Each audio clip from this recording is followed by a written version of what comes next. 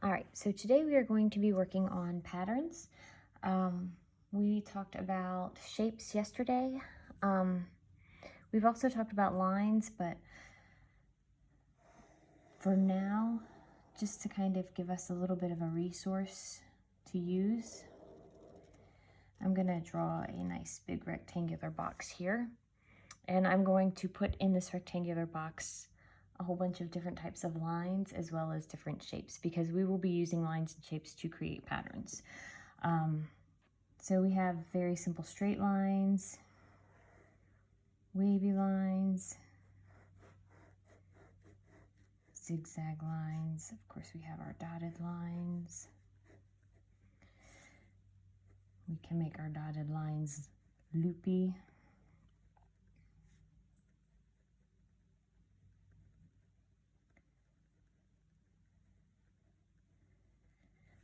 We can make them swirl.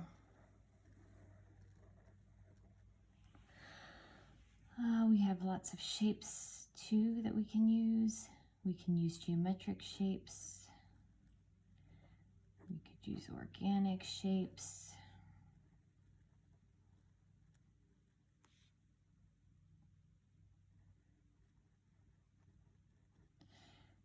So many different things that we can use to create our patterns.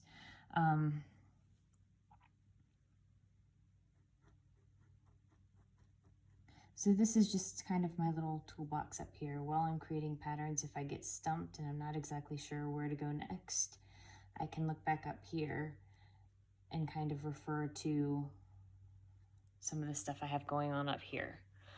So we're going to make pattern squares, and you're basically going to fill your page with pattern squares. Pattern square is very simply a square that you're going to draw a pattern in. Why in the world are patterns important in art? Why do we need them? The reason that we use patterns and that we're practicing creating patterns and pattern squares is because patterns are one of the ways we add details to our art. So patterns can help us create texture. They can help us create rhythm and movement. So it can make it look like we have grass that's blowing in the wind. We have waves in the water. Animals have a lot of patterns on them, so we can do animal prints. All of these things help create a much more visually interesting piece of art.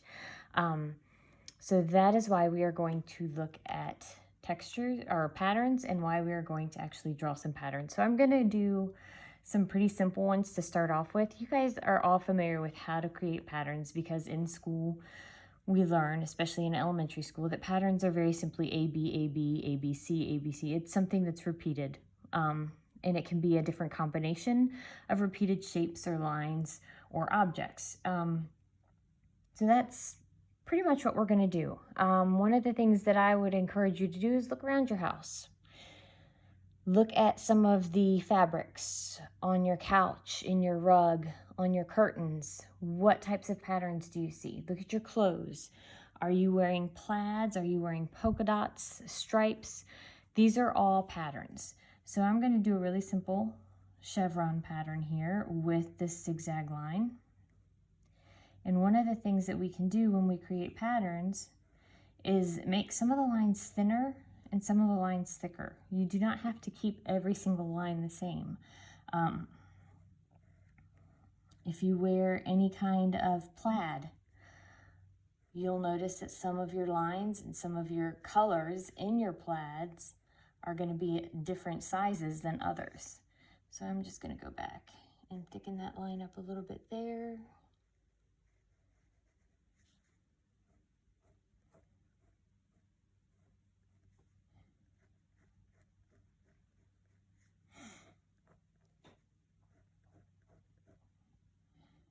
You may copy this pattern. You do not have to do these first couple we're going to do together, so go ahead and copy this. But you are going to be set loose to create some of your own pattern inspiration ideas, and definitely we want to share those. So I'm going to create a space in Google Classrooms where all of you can upload your different pattern squares so that if you have a really cool pattern idea, you can share it with somebody else. So here's one. I will go back in and probably add some more zigzag lines once I'm done with this video, but for now we're going to stop there. I'm going to start another square. Now your squares don't all have to be the exact same size either. They can be different sizes. This one I'm going to actually use a curved line, and I'm going to create what looks like scales, fish scales, which is pretty fun too. And I'm going to just start in the corner here.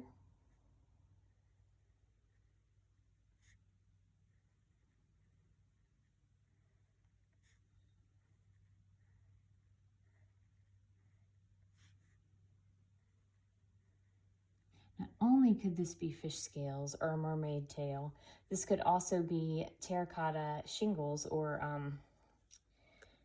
big ceramic roofing tiles on the top of a house.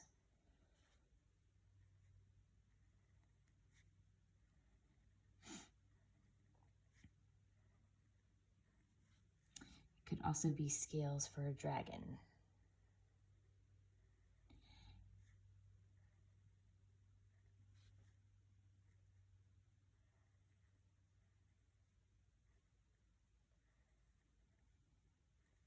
All right, so there is my second pattern square.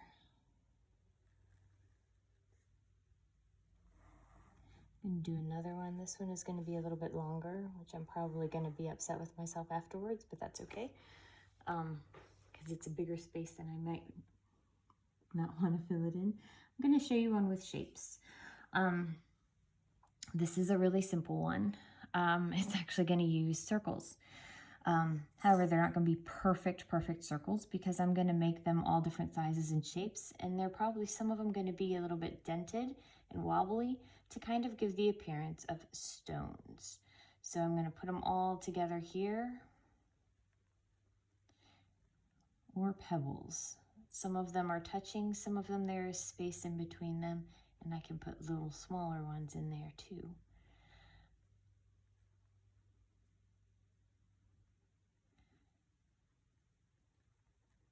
But this is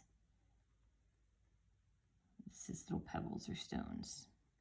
Another really simple one that you can do would be bricks. You could also make bricks, and that's just basically rectangles stacked on top of each other. Now, what you want to do with those is you want to alter them, kind of like what I did here with the scales.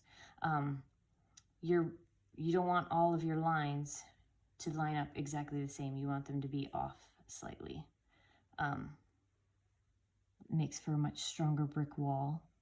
It won't fall down as easily. Kind of like how you build with your Legos. You want to make sure that each row you have a block covering 2 blocks instead of being right on top of the other block, stacked evenly, because it makes that wall stronger.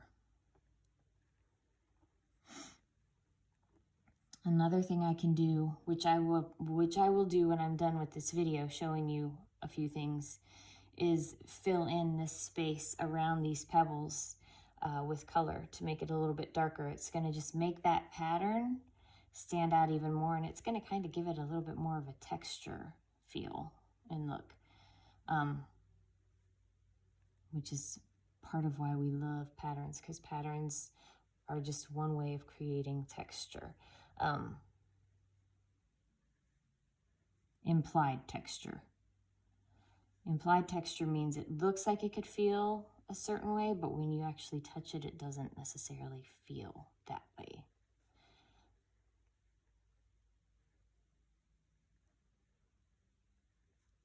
All right, so this is probably a bigger space than I should have made for the pebbles, but that's okay. Or I should have just drawn these bigger.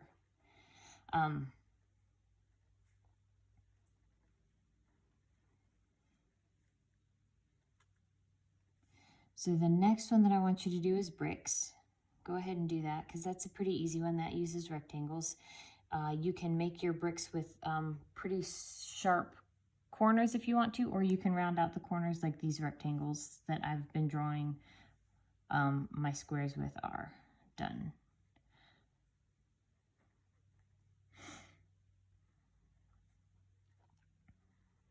So these are all fairly simple patterns. They use mainly one line, one shape, just repeated over and over again, nothing too complex, too complicated. I do want you to try to create some patterns that are a little bit more complex and complicated as well.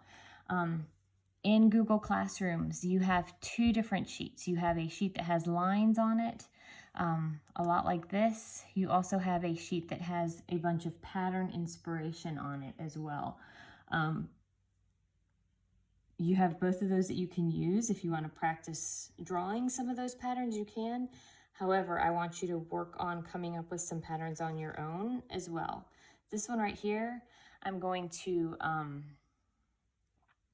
try to create my fingerprint, which you can't really see here, but it's kind of it's a whorl shaped is what it's called. It looks kind of, it's really hard to see unless you have ink on your hand and you're actually making a print of it, which you could do. You could color your finger with marker and then put it on a piece of paper, but don't do that unless your parents are okay with it. This also is kind of what typography maps kind of look like this too, where they show you the different heights of the ground from above.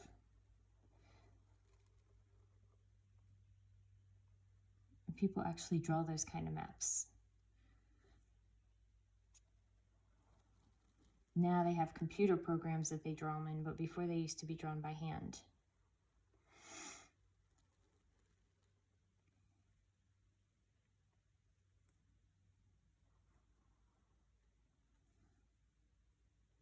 That also looks like it could be a knot hole on a piece of wood. So this could be any number of things depending on what we were drawing it on and where we were placing it. If I was drawing this on a hand and it was much smaller, it would probably look like a fingerprint. If I was drawing this on a tree, it would look like a tree trunk or a tree branch in the knot of the tree. So I have 4 pattern squares that I have drawn here. I definitely have the whole rest of my page to fill in.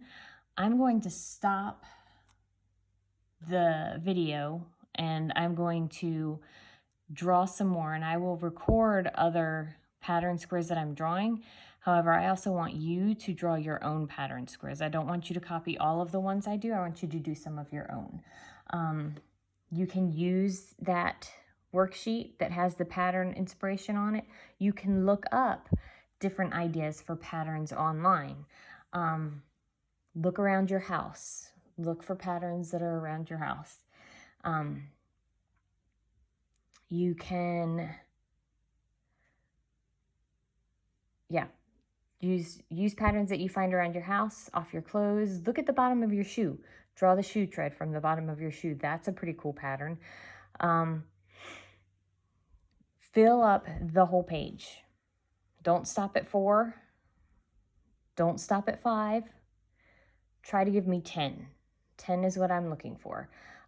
You have 4 days to do this, so I expect to see some pretty awesome patterns. I can't wait.